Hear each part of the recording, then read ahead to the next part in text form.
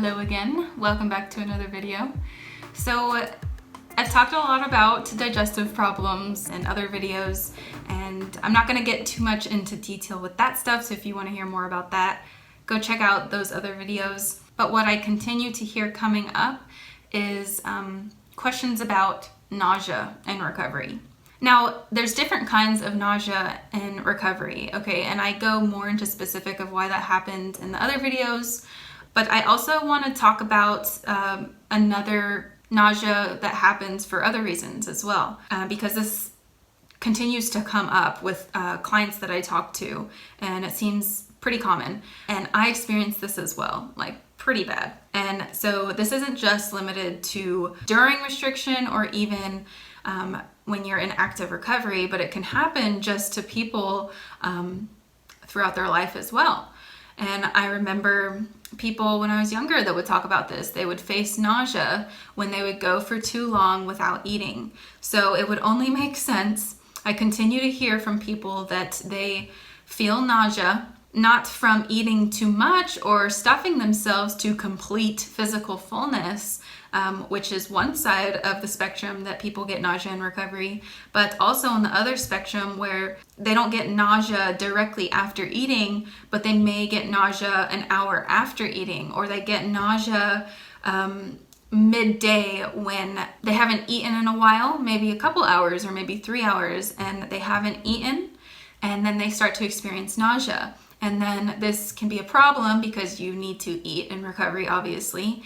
But when you feel nauseous, you may be completely turned off of food now when you go to eat finally, whereas you were hungry before, but if you waited too long, now you are almost like just disgusted by food, and it's hard to eat when you're feeling nauseous, right? But like for some people, they're still trying to get their period back, or they've gotten their period back, but they still are facing extreme hunger, and they're still facing other starvation type symptoms in their recovery.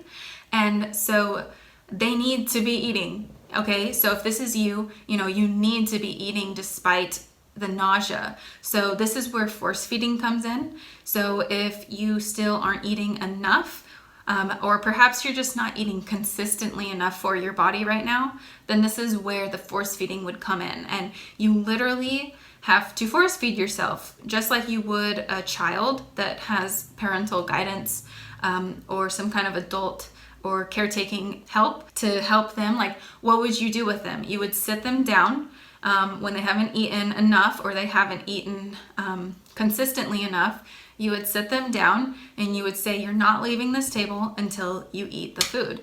Even if you're feeling nauseous, even if you don't have an appetite, like, you need to eat right now. This goes for people that are earlier on, or maybe they're later on in their recovery. Wherever you're at, if you get this sensation where you just feel nauseous in between meals, you have to really ask yourself, like, for example, someone that I was working with, she is still caught up in calorie counting and won't allow herself to eat to physical fullness or satiety. And sometimes it's hard to get to satiety when you're earlier on because you're so full. It's harder to eat at that point to satiety. For her, she would get nauseous an hour after. So that just meant she didn't eat enough at that meal, and she needs to eat more. She needs to double her meals. For someone else, it was like in between meals, she would get nauseous. And, for her, it would probably be because she's not eating consistently enough, and she needs to eat more consistent because she's still earlier on. One of them doesn't have their period, so they need to be eating more regardless. Another has their period, but they're still early on, and they're, facing all of these other type of symptoms, because not everyone loses their period. And malnourishment, it's all unique. So you really just have to assess where you're at. That's why some people too, it's not even just nausea sometimes, it's just a lack of food, but then once they start eating, then the appetite comes back once they start eating. So it's just like, you need to eat more, and so just sometimes you just have to force yourself to sit down and eat. If you know you need to eat, you need to make that a priority, especially right now. You need this food. So despite the nausea, it will get better with time if you're consistent with bringing food in and bringing enough food in. So this is really common in recovery to face this kind of nausea. Nausea as well, like I've talked about before, if you're eating to physical fullness and you're coming from a shrunken stomach and a lowered metabolic rate and lower digestive enzyme production, lower organ function overall, like of course you're gonna feel nauseous and you're gonna have stomach pains and probably belching and acid reflux and heartburn and all of this stuff. I mean, it just is gonna take some time of you consistently pushing past this discomfort of all these things and continuing to eat despite that, because you know you need it. I know you need it, and it only makes complete sense that your stomach and other digestive organs are feeling that way right now. So with this too, when you're coming from a past of restriction, the functioning of the stomach goes down. So you may experience the delayed emptying of the stomach, which can give you that sense that the food is just sitting there, right? So that can give you the sensation that you just feel overly full and bloated and heartburn and nausea, because it just feels like it's just sitting. So coming from a past of inadequate energy consumption, this leads to the slowing of the emptying of the stomach into the small intestine and the rest of your digestive system. So that initial increase of energy and an adequate amount of food, energy, and nourishment, that can directly cause the nausea as well as cramps, indigestion, pains, all of that stuff that we talked about. But what you need to do is to continue to eat, continue to keep pushing food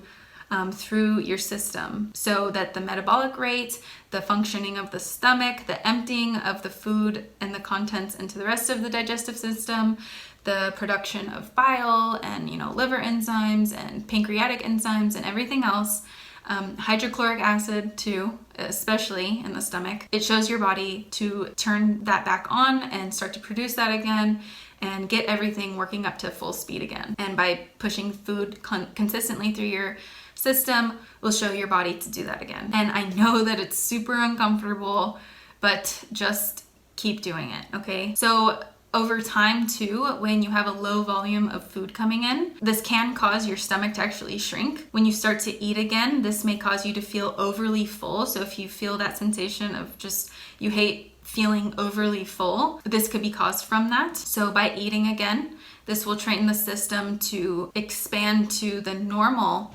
healthy size and the proper functioning again. Constipation is also common in your recovery while your system is balancing out, which then the constipation can also cause nausea as well because things are being backed up. But the constipation and the nausea is very common until the rate of your digestion and food processing of the stomach gets back up to speed again. And then all of this stuff can be comfortable again. So a lowering of the hydrochloric acid in your stomach as well from restriction, especially from vegan diets, but also like other restrictive diets, just like all the other digestive enzymes, hydrochloric acid also can be reduced. So, like with everything else, the more that you eat and the more that you show your body food is coming in consistently, especially a balance of all foods, carbs, fats, proteins from both plant and animal sources. But for most people, maybe not everyone, but this will show the body to start producing that hydrochloric acid again to help digest that food properly. So, and if you're coming from this past of disordered eating in any way, eating in general may create anxiety. It may cause anxiety. So the anxiety of itself, like the mental anxiety itself, can in fact cause the nausea as well, because you are so anxious and panicky about eating certain foods, about eating certain types of foods, about your body changing, and if you're going to gain weight from eating all these foods, that too can cause nausea as well. And when we're constantly anxious about what we're eating, what we're doing, how our body's changing, we're in our sympathetic nervous system rather than the parasympathetic nervous system. And, it's hard to digest food when we're in that state. So this halts digestion as well. We're not designed to properly digest food when we're in that sympathetic nervous system. Our functioning in the sympathetic nervous system just anxious, stressed out, and fearful. But over time, as you continue to eat and challenge these fears, the less anxious that you will become. You'll just feel less anxiety about eating in general. And then your digestion can improve because you start eating again from the parasympathetic nervous system. So overall, if you're feeling like this nausea in recovery, you may just need to eat more and more consistently. Make sure you ate enough when you did eat. Make sure you ate a balance of carbs, fats, and proteins. No skimping on a low carb or low fat diet. And if your body is asking for food, even 30 minutes after your meal or an hour after, don't ignore it, and because you may start to feel nauseous and then your appetite may go away. And don't take this, don't like latch onto that, be like, oh, well, my appetite's gonna go away. Like, no, that's not what you want. That's not gonna get you to healing. That's gonna prolong your recovery process. And I don't know about you, but I didn't want to take the long way. I wanted to do what I could to recover as quickly as I could. Now, we can't speed up the process and be impatient. Obviously, we need to practice patience. It's probably one of the bigger learning lessons of recovery in general, is to be more patient. But there indeed is a way to recover quicker than take the long route and keep the metabolic rate low, keep the body in starvation mode and conservation mode, and the body's going to take longer to trust if we continue to act on these obsessive behaviors and restrictive behaviors. So keep that in mind, okay? Do you want to prolong your recovery, or do you want to get through recovery to be able to get on with your life again, and get your freedom back and get your health back and become a normal eater again? Okay, so real quick before I go, as you guys know, I like to read some, testimonials that come in if it goes along with the topic of the video.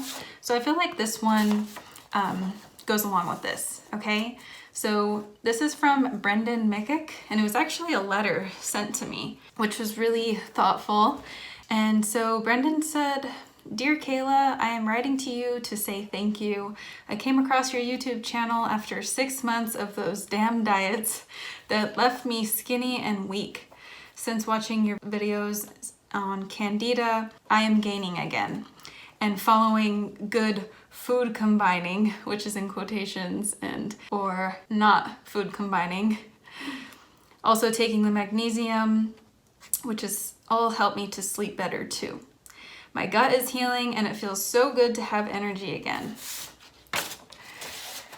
Thank you again for sharing your story and truth that helped me so much. Our identity can't be found in clothes, cars, images, or a job. Our true identity is found perfect in Jesus Christ, who led a perfect, blameless life to purchase for us all the riches of his life and love.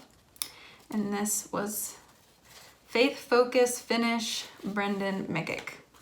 And he also left a cutout of Philippians 4:4-14. I won't go through all of that. It is quite long, but if you are interested, you can go check it out. See?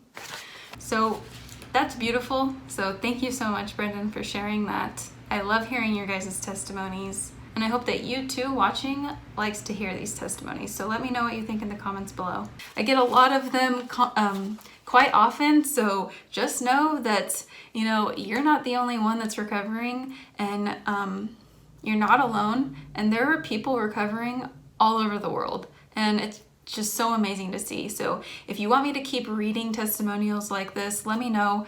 I like reading them just so you guys get a sense that this is happening for a lot of people, not just me and other people on YouTube. Anyways, that's all I have to say on this. I hope that this video has helped you.